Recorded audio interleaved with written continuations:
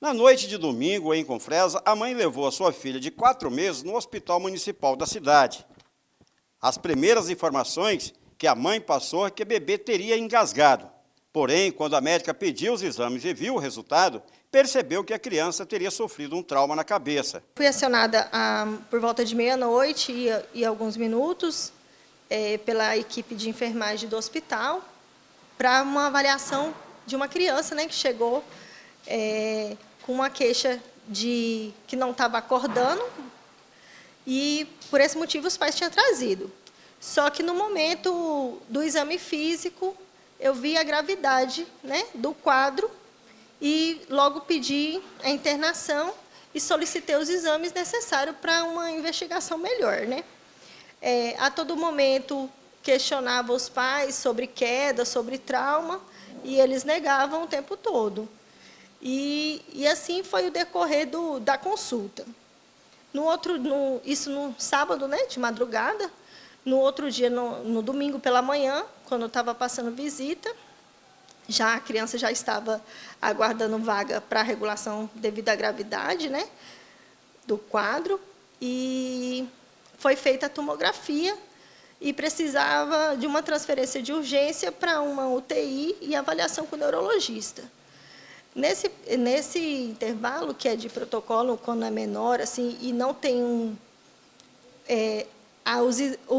os relatos não se cruzam, a gente tem como obrigação de acionar o Conselho Tutelar e a polícia, né, para investigar o que realmente aconteceu, por ser uma criança tão pequena.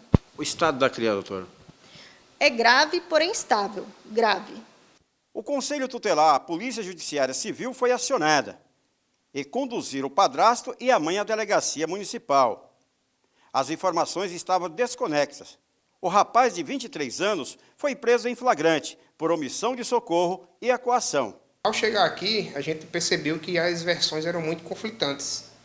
As versões eram muito conflitantes, tanto a versão da mãe quanto a versão do padrasto.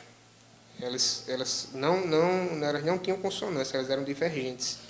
E a gente começou as diligências. Eu retornei ao hospital, falei com os médicos, voltei para a delegacia e em certo momento o padrasto ele confessou que deixou a criança cair do braço.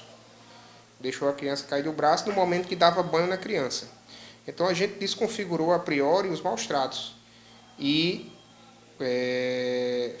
bateu nessa vertente, que ele tinha dito que a criança tinha caído do braço dele na hora que ele dava banho. No entanto, o que acontece? A principal situação não é nem o motivo que a criança caiu do braço, porque isso a gente sabe que pode ser uma coisa normal.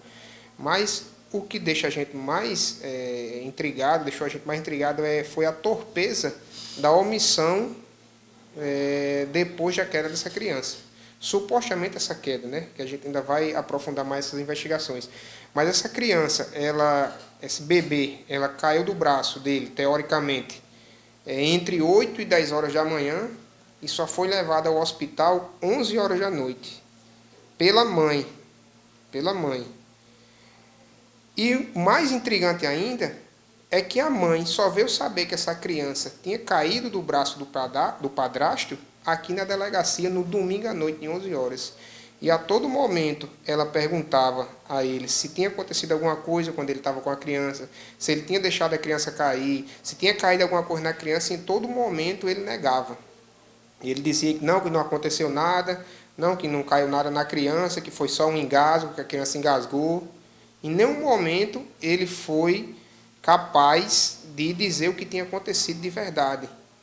E isso é crime. Isso é crime. Então, ele foi autuado por lesão corporal grave pela omissão penalmente relevante. Quando você se torna garantidor, ou então quando você cria uma situação, você é penalmente responsável por evitar ela. Como ele estava com a criança de manhã, ele se torna garantidor daquela criança. E como ele criou o risco de um resultado, que era o resultado o quê? O resultado morte da criança, o resultado lesão grave, ele é penalmente responsável por isso, por essa omissão. Isso aí é crime. Isso aí é crime. Você não pode deixar que uma criança de 4 meses, você omitir que ela levou uma pancada na cabeça e não prestar o socorro a ela de imediato. E, além do mais, ele ainda coagiu a genitora a dizer que a criança tinha caído do braço dela. Porque a primeira versão que chegou aqui à delegacia foi essa, dizendo que a criança tinha caído dos braços da mãe. A mãe dizia isso, ela caiu dos meus braços. Depois que a mãe soube que a criança tinha caído do braço dele, ou que tinha acontecido alguma coisa nesse intervalo que ele estava com a criança, foi que ela veio contar a verdade, que ela tinha sido coagida por ele para dizer que tinha caído dos braços dela, para ele não ser preso, que ele estava com medo de ser preso. Ela estava trabalhando. Ela saiu de 6 horas da manhã da casa para o trabalho e deixou a criança com ele, a bebezinha com ele. Quando deu por volta de 10 horas, 10 e meia, 11 horas, ele ligou dizendo que a criança tinha tido um engasgo. A mãe saiu do trabalho, foi até a casa, fez os procedimentos com a criança e depois essa criança dormiu de 11h50 mais ou menos até 6 horas da noite. Foi quando a criança acordou, a mãe disse que a criança estava vesga e sem reação. Então, nesse intervalo de 6h30, 7 horas da manhã até mais ou menos 10, 11 horas, foi que aconteceu alguma coisa dentro dessa casa. Se essa criança caiu, se ele lesionou ela porque quis, a gente ainda não tem como dizer isso.